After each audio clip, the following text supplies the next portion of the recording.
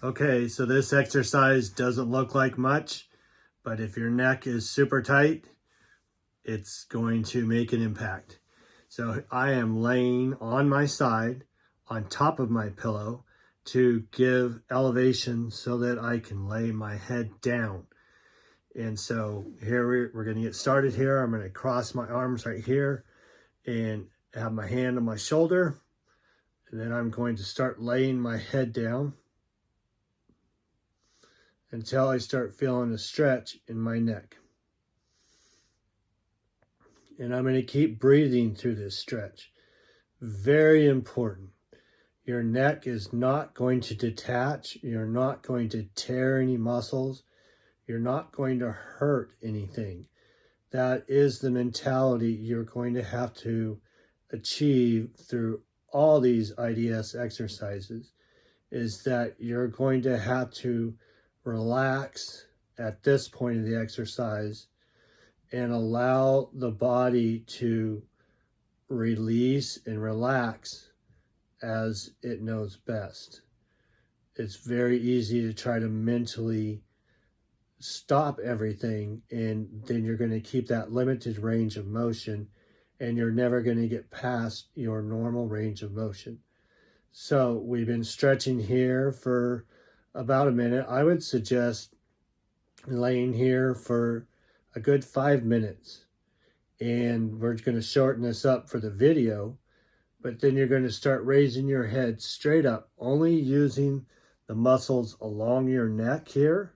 Don't incorporate any other part of your body. The rest of your body needs to be relaxed. And then you're going to hold your neck up here in a good posture position. So you're going to be vertically in a good posture position. And then as you're holding this, so let's lay back down here. You got the stretch. You're stretching. And then you're going to start coming up. And as soon as these muscles tighten, you're just going to hold it right there.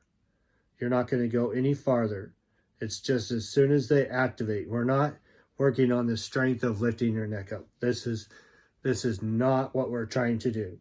We're lifting it up to the point where, boom, you feel this activation, and then you're going to hold it. And you're going to keep holding it, and then you're going to relax. And then you're going to allow that neck to stretch even farther, because each time you're going to get a little bit more range of motion. And then you're going to come up and hold it here. So the other thing you can start doing is turning your neck. So your chin is starting to point towards the ceiling, and that is really going to start hitting behind the ear. This is really going to, I think, start working the levator muscle. And then you're going to allow your neck to go straight down from that point. You're not going to turn your head back like this. You're going to have it in this position and let it come straight down. This is probably the absolute biggest activation. It's almost giving me a headache. I'm feeling it from here all the way down. Yes, it is definitely in my forehead, and I'm holding it. I'm breathing through the pain. I'm actually talking through the pain, but it is pretty intense, and you're holding it there, and then you're going to relax. And even in this position, it's already tight. So if you need some relief, just roll over like this and just relax. It is very important to let it relax completely. Usually it takes about 10-15 seconds. Then you can go back into the position here, push these chests out, come back up, and if you're not getting any tension right here, that's when you can start rotating this neck. And more than likely, you're going to get a little bit farther. You get more range of motion. And you can start letting your neck down, breathing through it, breathing through this. You're holding it. You're holding your neck up, but you're breathing at the same time. And you're slowly letting that neck down. You could also start bringing it up.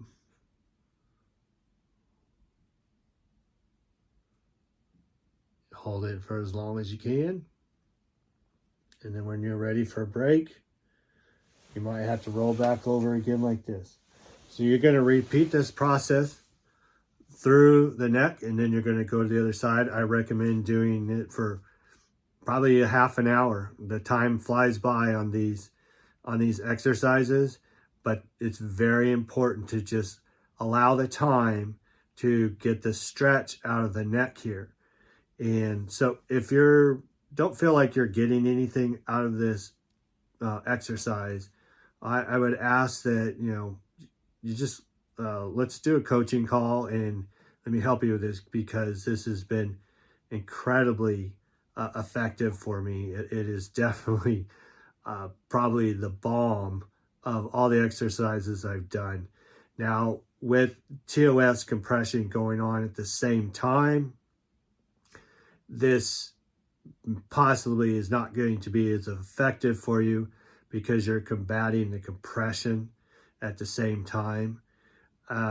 So you may not be getting as much out of this, but this is still going to help relieve the muscle spasms, at least temporarily, because if you still haven't got that first rib to drop or the clavicle to raise, then we're still battling that problem.